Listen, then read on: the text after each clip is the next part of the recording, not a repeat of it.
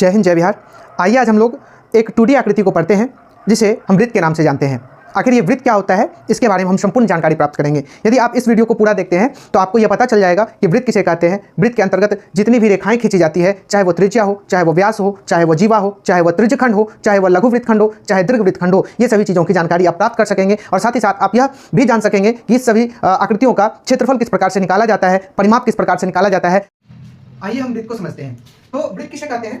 तो वृत्त एक ऐसी ज्यामितीय आकृति होती है जो कि 2 डायमेंशनल होती है। वृत्त की परिभाषा कुछ इस प्रकार से है कि किसी समतल में स्थित बिंदु के परितः स्थित सभी बिंदुओं को जब आपस में हम मिला देते हैं तो जो ज्यामितीय आकृति हमें प्राप्त होती है वह वृत्त कहलाती है। वृत्त में कुछ महत्वपूर्ण संरचना देखने को मिलती है जिसको जानना हमें बहुत ही महत्वपूर्ण है। इसके बिना हम सवाल को हल नहीं कर सकते। वो कौन कौन सी महत्वपूर्ण संरचना है, आइए हम इसे देखते हैं। तो वृत्त के केंद्र से परिधि तक, इसे हम परिधि कहते हैं। वृत्त के बाउंड्री को परिधि कहते हैं। वृत्त के केंद्र से परिधि तक खींची गई सीधी रेखाखंड को त्रिज्या हम कहते हैं और इसे r से डिनोट किया जाता है। ठीक उसी प्रकार से आप यहां देख पा रहे होंगे कि वृत्त को 2 बराबर भागों में बांटने वाली रेखाखंड वृत्त का व्यास कहलाता है। इसे हम d से डिनोट करते हैं। और ठीक उसी प्रकार से वृत्त के चारों ओर की इस बाउंड्री को वृत्त का परिधि कहा जाता है।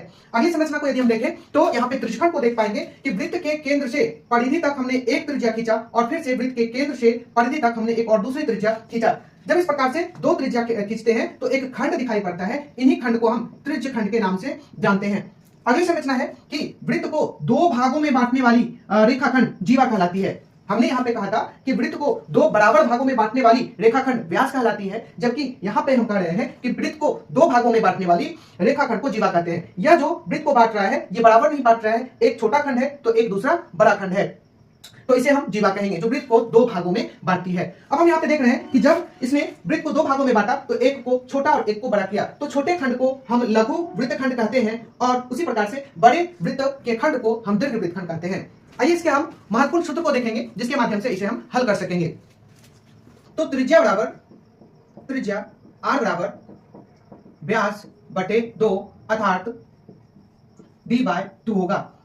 दूसरा जो सूत्र है वह है व्यास बराबर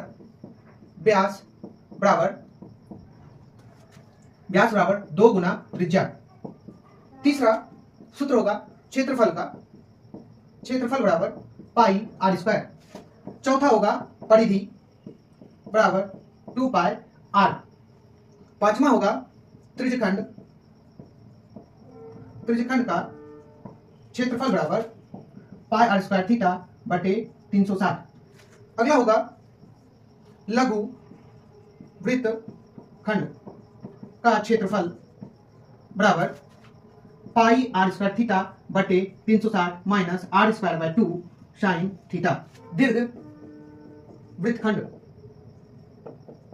का क्षेत्रफल, इसे निकालने के लिए हमें वृत्त के क्षेत्रफल में घटाना होगा लघु वृत्तखंड का क्षेत्रफल। अर्थात हम लोग यहां से कह सकते हैं वृत्त के क्षेत्रफल के लिए पाई r स्क्वायर, लघु वृत्तखंड के लिए पाई r स्क्वायर थीटा बटे 360 माइनस में r square by 2 sine theta.